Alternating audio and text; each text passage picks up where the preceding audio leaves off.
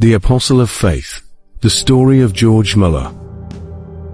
In 19th century England, poverty was everywhere. Children roamed the streets, orphaned by disease and war, begging for food or finding shelter in dark alleyways. Society had turned a blind eye to their suffering except for one man. George Muller was not born a saint. As a young man in Germany, he lived a reckless life, indulging in theft, lies and deception. But everything changed when he encountered Jesus Christ. The fire of faith ignited in him, and he surrendered his life to God, never looking back. When Muller moved to England, he was troubled by the plight of the orphans. He knew he had to do something, but he made one radical decision. He would never ask anyone for money, only God.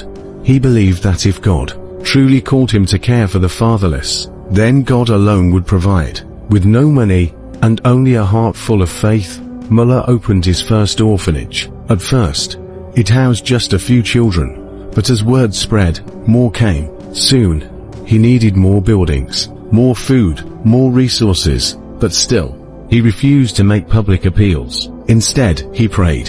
One morning, as hundreds of children sat at the long wooden tables, the workers whispered nervously. There was no food, the cupboards were bare, but Muller remained calm. He looked at the children and said, "Let us thank God for what He will provide." The children bowed their heads as he prayed, "Father, we thank you for the food you are about to give us." As soon as he finished, a knock came at the door. A local baker stood there, his face filled with urgency. "Mr. Muller, I couldn't sleep last night. God told me to wake up at 2 a.m.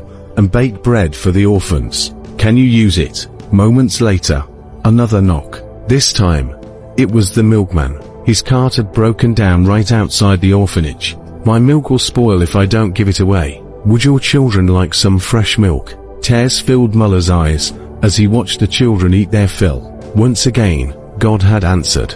This was not a one-time occurrence. Miracles like this became a way of life. Over the next 60 years, Muller provided for over 10,000 orphans, built multiple orphanages, and distributed millions of pounds for God's work, all without ever asking for a single donation. Money simply came when it was needed. When people asked him about his secret, he simply replied, "Faith does not operate in the realm of the possible. Faith begins where man's power ends." At 93 years old, Muller passed into glory, leaving behind a legacy of faith, prayer, and radical trust in God. His story still echoes today, proving that when a man fully depends on heaven, God never fails.